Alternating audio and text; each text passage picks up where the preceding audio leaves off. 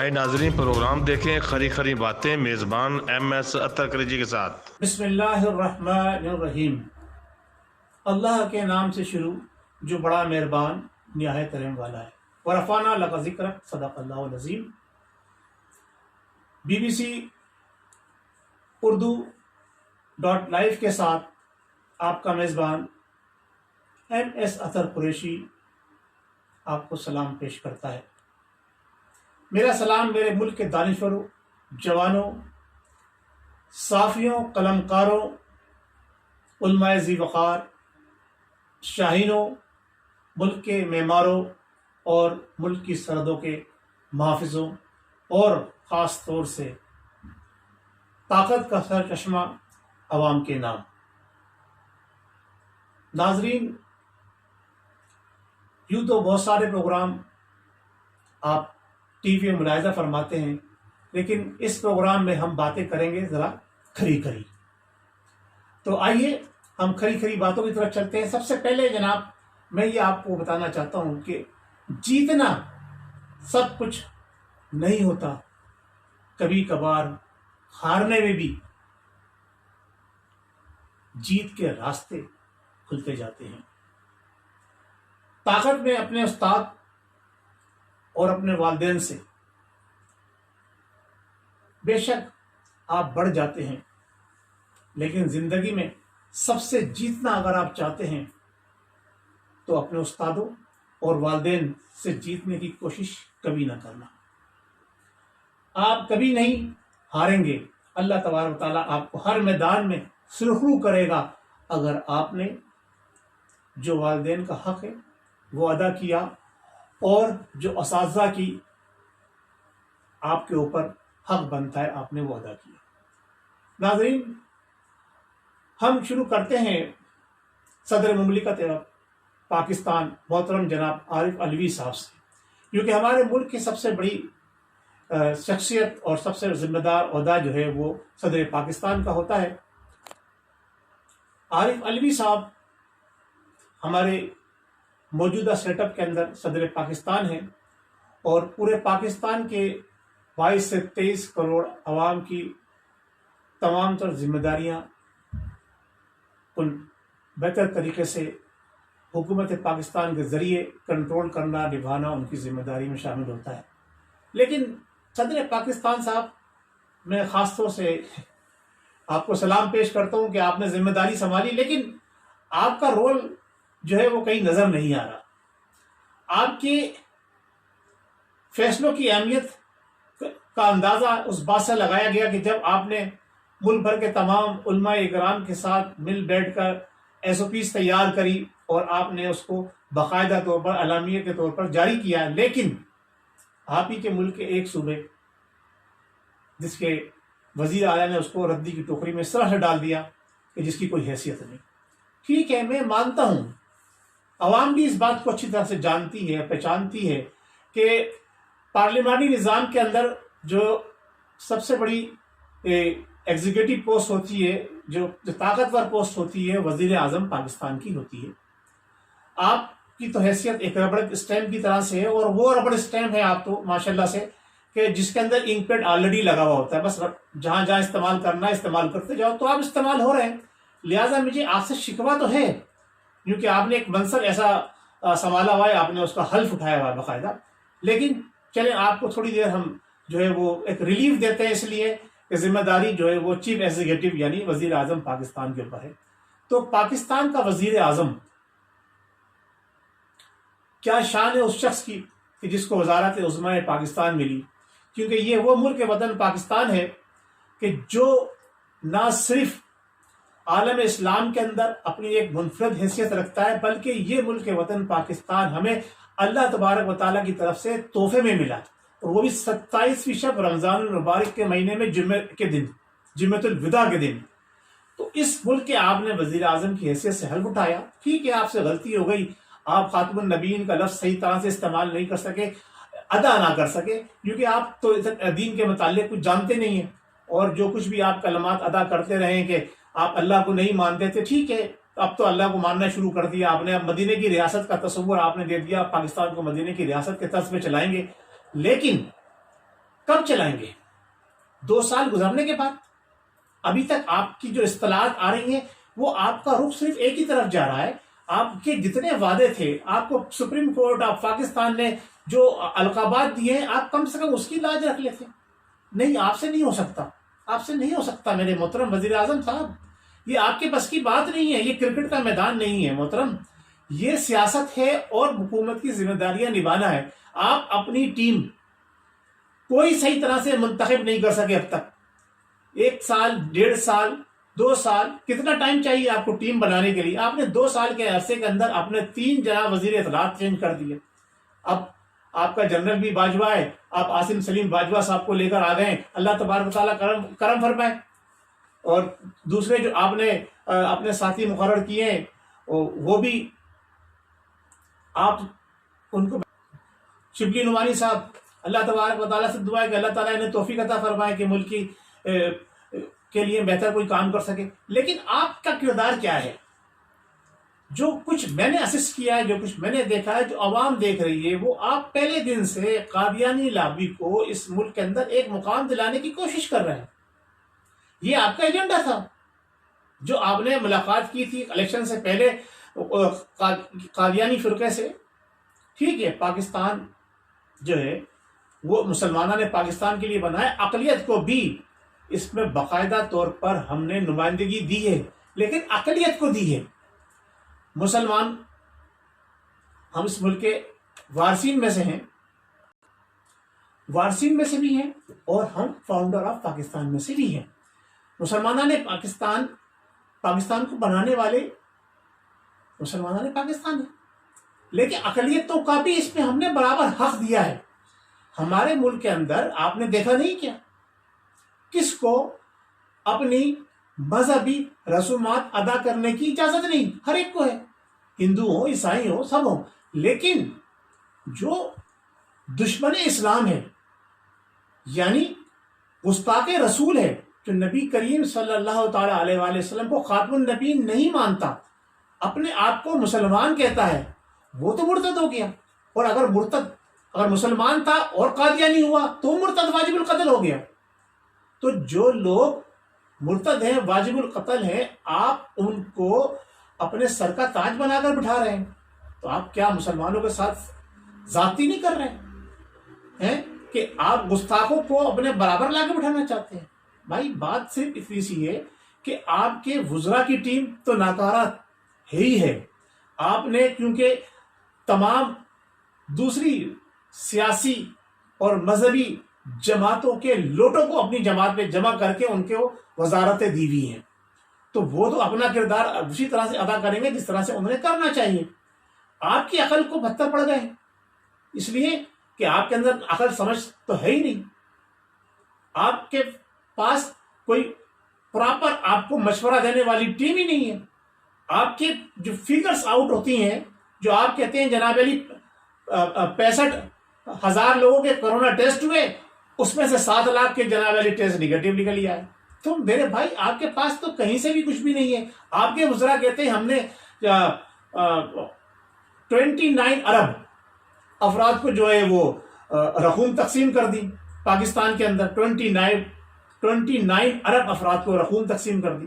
تو یہ آپ کی ٹیم آپ کو لیے کام نہیں کر رہی. یہ لوگ جہاں سے آئے تھے ان کے لیے کام کر رہے ہیں.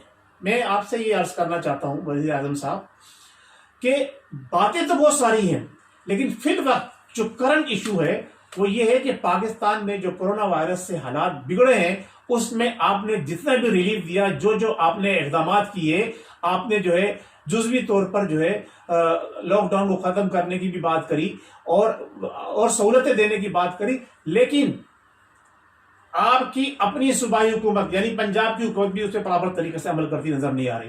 KPK کے اندر بھی آپ کے احکامات کے اوپر جناب علی عمل درآمد نہیں ہو رہا. اور صوبہ سندھ تو آپ کے قابو میں ہی نہیں ہے، وہاں تو صدر کی احکامات کو ردی کی ٹوکری میں ڈال دیا گیا. آپ کو تو وہ لوگ پوچھتے ہی نہیں ہیں. دوسری بات رہ گئی بلوچستان، بیچارہ غریب صوبہ ہے، اس کی تو کوئی سنوائی نہیں ہے. تو مجھے نظر آیا کہ صرف پاکستان کے اندر 2 ہی صوبے ہیں، ایک صوبہ سندھ اور ایک صوبہ پنجاب. ان دونوں صوبے کے اندر بھی آپ کی حکومت کی ریٹ ختم ہو چکی ہے.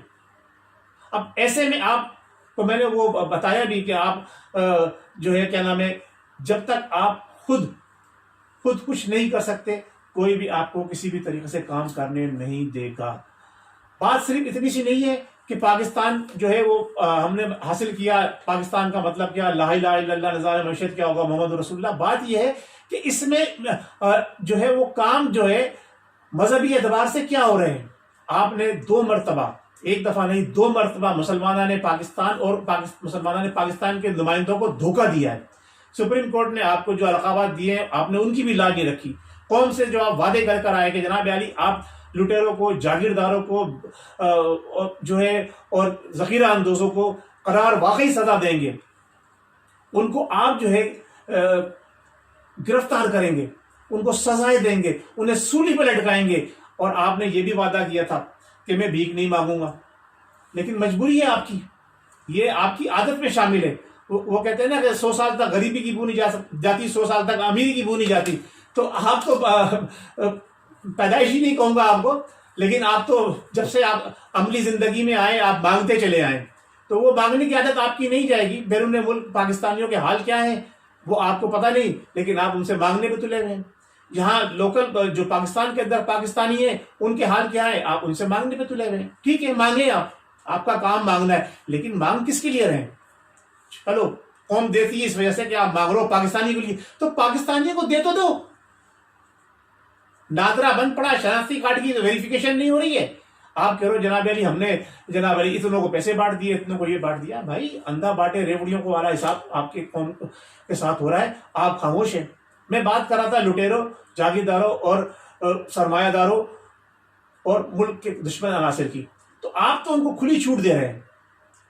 آپ کی حکومت کے اندر جو آپ کے بغل میں بیٹھے ہوئے، رائٹ لیفٹ بیٹھے ہوئے چور ڈاکو، آپ نے جے آئی ٹی رپورٹ آ گئی، آپ نے اس کو جناب فورینزک رپورٹ کے لیے بھیج دیا۔ کیوں بھائی؟ فیصلہ آ گیا ہے بھائی، آپ ان کو سزا دیں، نئے پاکستان کی بنیاد رکھیں۔ رمضان المبارک کے اندر چوروں کو، ڈاکوؤں کو ہینگ کر دیں، لٹکا دیں انہیں۔ پھر جو آپ نے ملک سے باہر لوگوں کو جانے کی اجازت دے دی ہے، جو بڑے بڑے چور تھے۔